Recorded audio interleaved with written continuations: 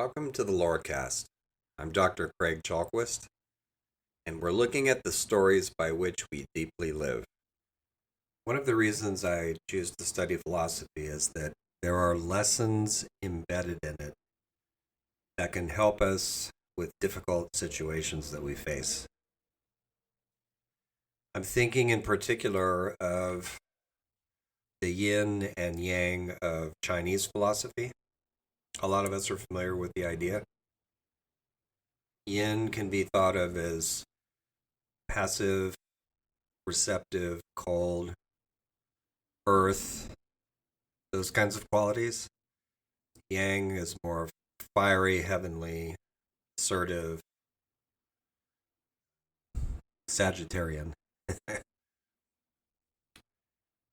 So we could think of these as different psychologies as well,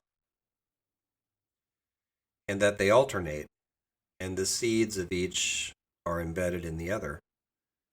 They're not separated. There's a Western tendency to think of them as entirely separate that doesn't exist in Chinese culture. They don't only alternate, they interpenetrate.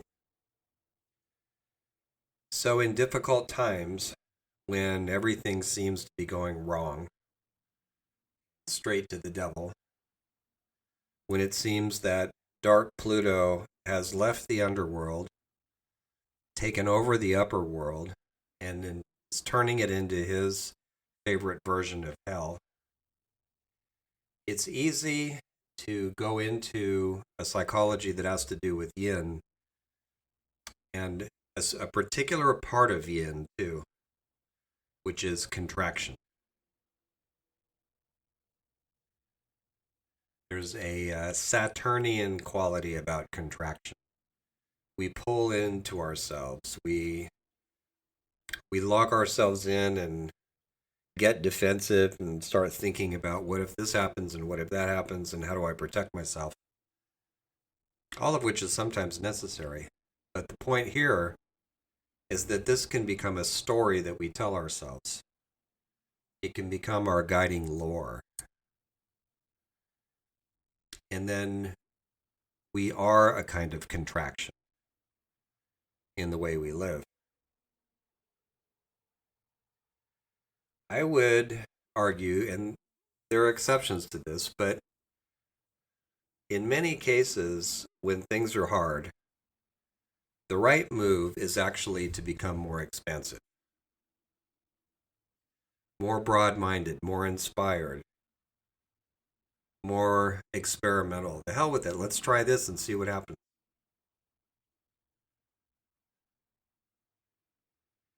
And I have a historical example of this from here in the United States. One of the reasons for studying history, as well as philosophy, the humanities, is to learn not only from past mistakes so we don't repeat them, but also to learn from past triumphs. So the date is July 2nd, 1863. The place is Little Round Top, above the battlefield of Gettysburg, right before the main part of the battle starts. The 20th Maine, a Union regiment, or what's left of it, some 300-something men, have been ordered to hold Little Round Top at all costs. It's the flank of the Union Army. And if the opposing force captures that flank, it could flank the entire effort at Gettysburg. Commanding that force is Colonel Joshua Chamberlain, who was a book nerd. He was a professor who joined the Union Army when the Civil War broke out. And he had been in some engagements. And with him were some very tired troops.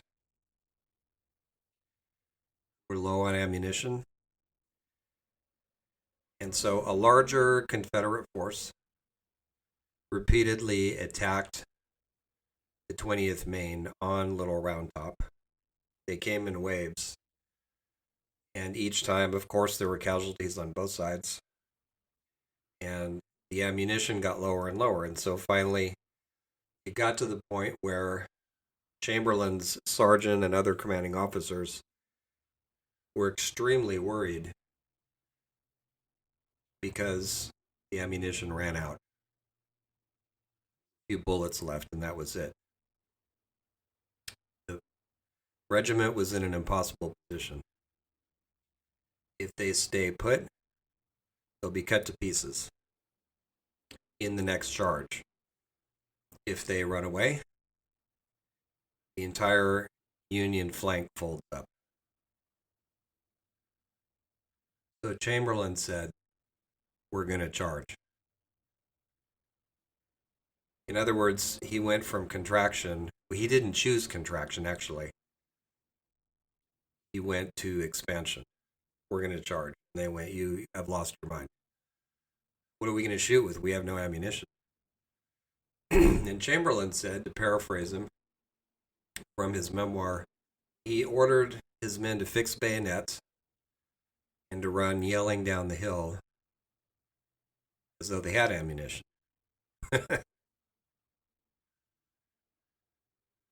This tactic was successful.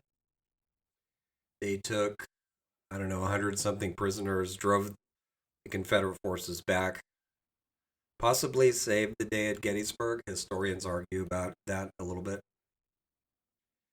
Chamberlain himself almost got killed a few times. At one point, an enemy soldier pointed a gun at his face, but it failed to fire. And so, not just because of him, but through the valiance of his commanding officers and the men themselves, they turned defeat into victory. So that's an example of what I mean by moving into expansiveness.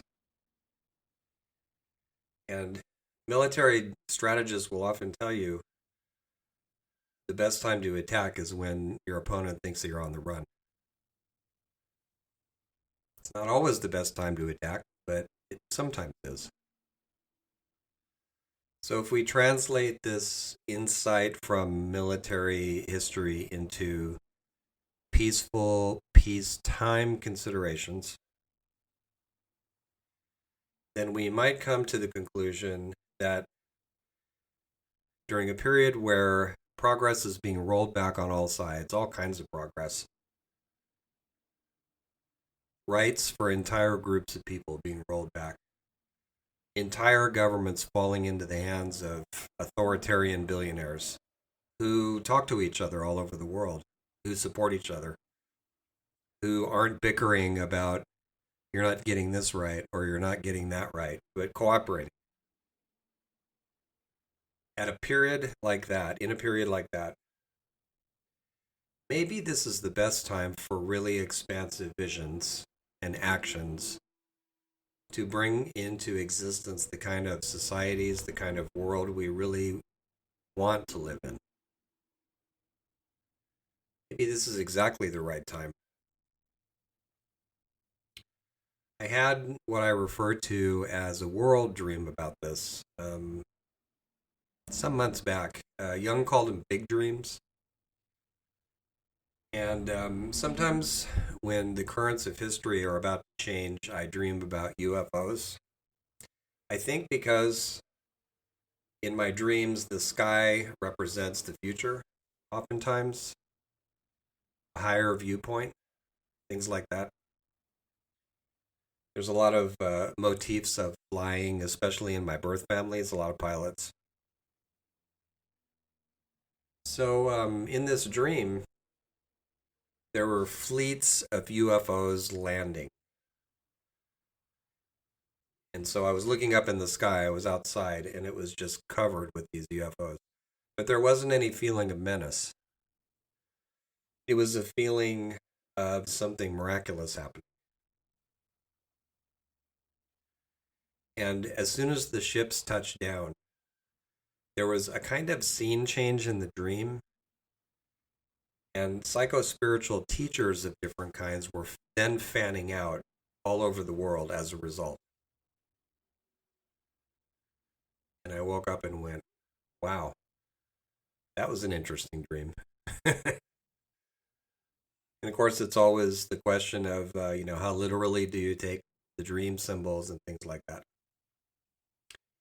But one of the things I take from that dream is that this might actually be an excellent time to bring new wisdom, knowledge, practice, inspiration, bigger stories into a world that very much needs them.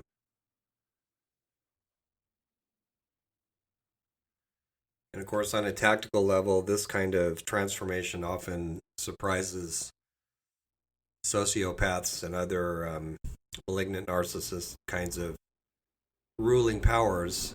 The Gnostics called them archons, the authority of darkness, because they expect you to be bullied and intimidated and to hide and duck. And when you don't, it surprises them. Also, as Audre Lorde once said, your silence will not protect you. So if you have in mind some kind of aspirational or inspirational project to get busy on, this might actually be a really good time for that. So I'm taking my own advice. I've mentioned this briefly in my newsletter, as well as in some previous podcasts. By the way, if you go to my website, the only pop-up that will appear is the newsletter sign-up, and I only send the thing out once a month unless something special happens. I try not to send it out more than that because I don't like spam any more than anybody else does. But it's an events newsletter, has some thoughts and reflections in it too. So in any case, I've mentioned my desire to create a sort of wisdom academy that would be outside of the ponderous regulations, the over-regulations of higher ed. And it would be for people who have a disconnect that I think is really prevalent in our culture, which is this, that on the one hand, you have reformers, politicians, activists, activist clergy, and other people who are out making change in the world, educators, you name it, scientists. And on the other hand, there's a bunch of us who have done work on ourselves for years or decades. We know how to meditate and do mindfulness. We have practiced emotional self-regulation. We watch our dreams. We might have visionary states, be intuitive, and so on. Body work. And these two different sets of skills often don't talk to each other. So on the one hand, I have a lot of colleagues and friends who are activists who are burned out. And what is it all for? And why do I keep fighting when these bad things keep happening, government takeovers and everything else? It takes a toll physically. It's a high-risk business, activism is. So there's that on the one hand. On the other hand, I see a lot of practitioners of various kinds of deep disciplines and also graduates from transformative programs, graduate programs, who are asking, well, now what? So at the master's level, I went through a program that actually helped me turn it into, in my case, an occupation for a while. It was a psychotherapy program, family system. But both times I've been in PhD programs, the issue of what you're going to do with it wasn't addressed at all. I had to figure that out for myself. So I know a lot of people who have a lot of really great training, but aren't really sure what to do with it, let alone how to make a difference in the world. So this academy would be for them to network. I've already set up an online community and tested it a little bit. I've talked in the past about Enchant Veil, which has people in it but didn't get a lot of action. I think I actually created it maybe a year or two early. So I'm making it over to be a community that supports what I'm calling Pronoia Academy. And the Pronoia Academy is for different kinds of practitioners, healers, leaders, educators, all people who who need more inner resources in order to help make a difference in the world. So there will be a certificate in that I'm now setting up. There will be online classes in that, video and live. And I hope to get going with that over the next 3 or 4 months. I might give it a test run with some activists and community leaders first, so I don't plan to heavily advertise it at first. See how the 9-month certificate goes, do some webinars. I'll keep you posted. But the name pronoia, it's an English term that means the opposite of paranoia. So if you're pronoian, I don't want to say pronoic. Pronoian sounds more like a community member.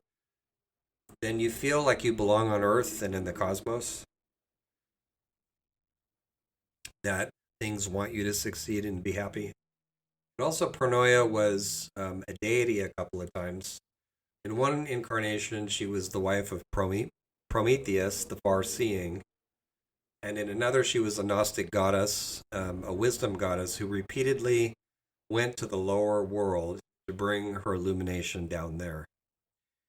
And she's been in my dreams now and then too, and so it seemed to me that it would be apt to name the academy in her honor and to talk about pronoian wisdom, which I've been writing about in the blog section of my website, chalkwist.com.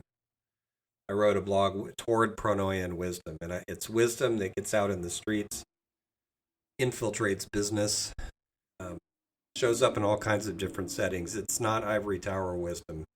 It's not figuring out why is a chair and all that stuff that Western philosophy on the analytic side has tended to be preoccupied with. I'm utterly uninterested in that stuff. I want to know how to apply it. And wisdom includes depth, as in depth psychology. It includes dream work and work with myths and archetypes and folktales. So imagine a world changer equipped with that. And informally, I'm thinking about those kinds of practitioners as lamplighters, borrowing a word from my fiction. There's a group of spiritual people called lamplighters who show up, especially in the third novel of my lamplighter trilogy. But I'm using that term here with a small L. Lamplighter is somebody who brings hope to the world, somebody who has something to share with other people that can strengthen their spirit. A hugely neglected capacity, set of skills for making a difference in the world. I've spoken before about enchantivism, for instance, as part of that. Being able to counter situations of injustice and silencing by showing how things could be. Not to escape into denial, and definitely not positive thinking, but to open up the imagination and the yearning for better possibilities. I have a lot of faith in where inspired people can go. They move mountains. They get things done.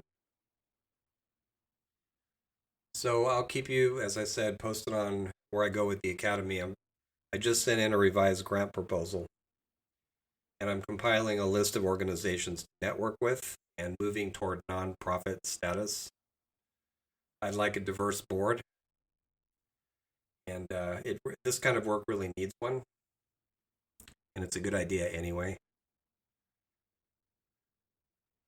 It's also a way to counter what Tolkien referred to as Sauromanism, which is the mental habit of thinking that only huge influence in our culture, money, power, armies, advertising, things like that, can change things. Called that Sauromanism. He didn't agree with it. Look who won the War of the Ring. Not the armies, not the wizards, but the hobbits. So as I consider my response to the coming dark times, falling of the darkness, my choice is to be as expansive as possible and to support other people in the same spirit strengthening endeavor. Thank you.